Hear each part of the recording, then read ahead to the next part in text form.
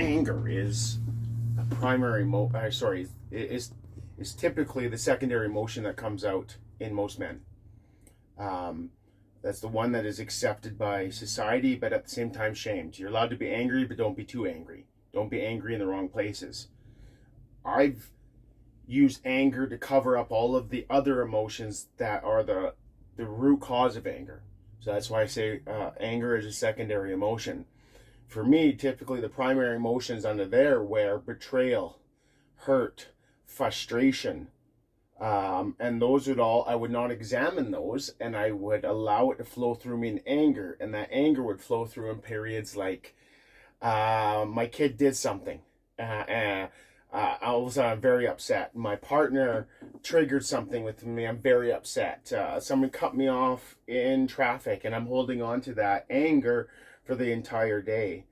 And then it wasn't until it was reflected back at me where my anger was unhinged and unstable, and it was developing a lot of shame and guilt in me, which I was also piling onto that anger pile.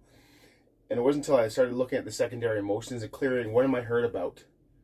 What in my environment is hurting me? Well, my relationships aren't serving me in the best form. My voice hasn't been used to speak the truth of why I'm hurt.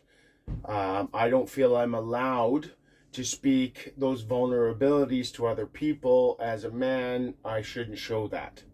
As I have challenged myself to take that anger and break it into a kaleidoscope of emotions, I am far more capable of navigating the emotional shitstorm of life and grounding and picking those emotions within that kaleidoscope that actually describe what's happening within my body.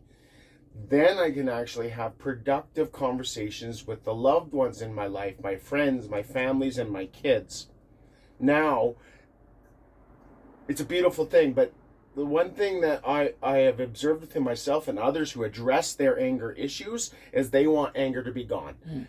We have a 52 deck of emotional, maybe more than that, but we have our full card deck of emotions, and each one of those cards are contributing to the whole. We need anger. Anger is what spurs us into an action.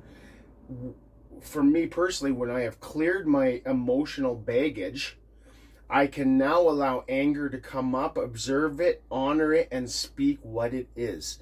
Why am I angry? There is a reason why I'm angry, and it's valid to me.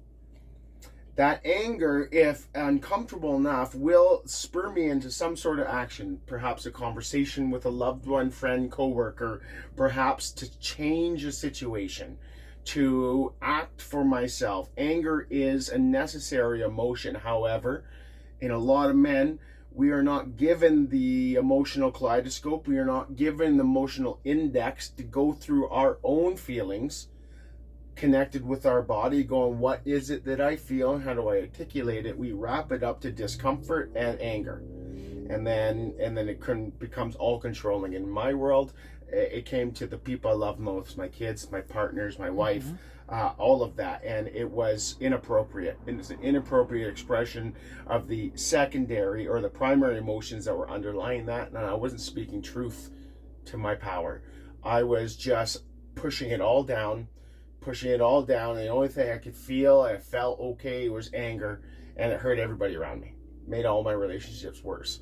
Until I started to integrate anger into that emotional card deck and use it and respect it and value it, just like happiness, joy, sadness, grief, jealous. All of these emotions are part of the human experience and are required to live a full life. Yeah, anger also shows you where your boundaries are. Yes. That was another primary outcome as I started to address those layers and looking at the secondary emotions. Why am I hurt?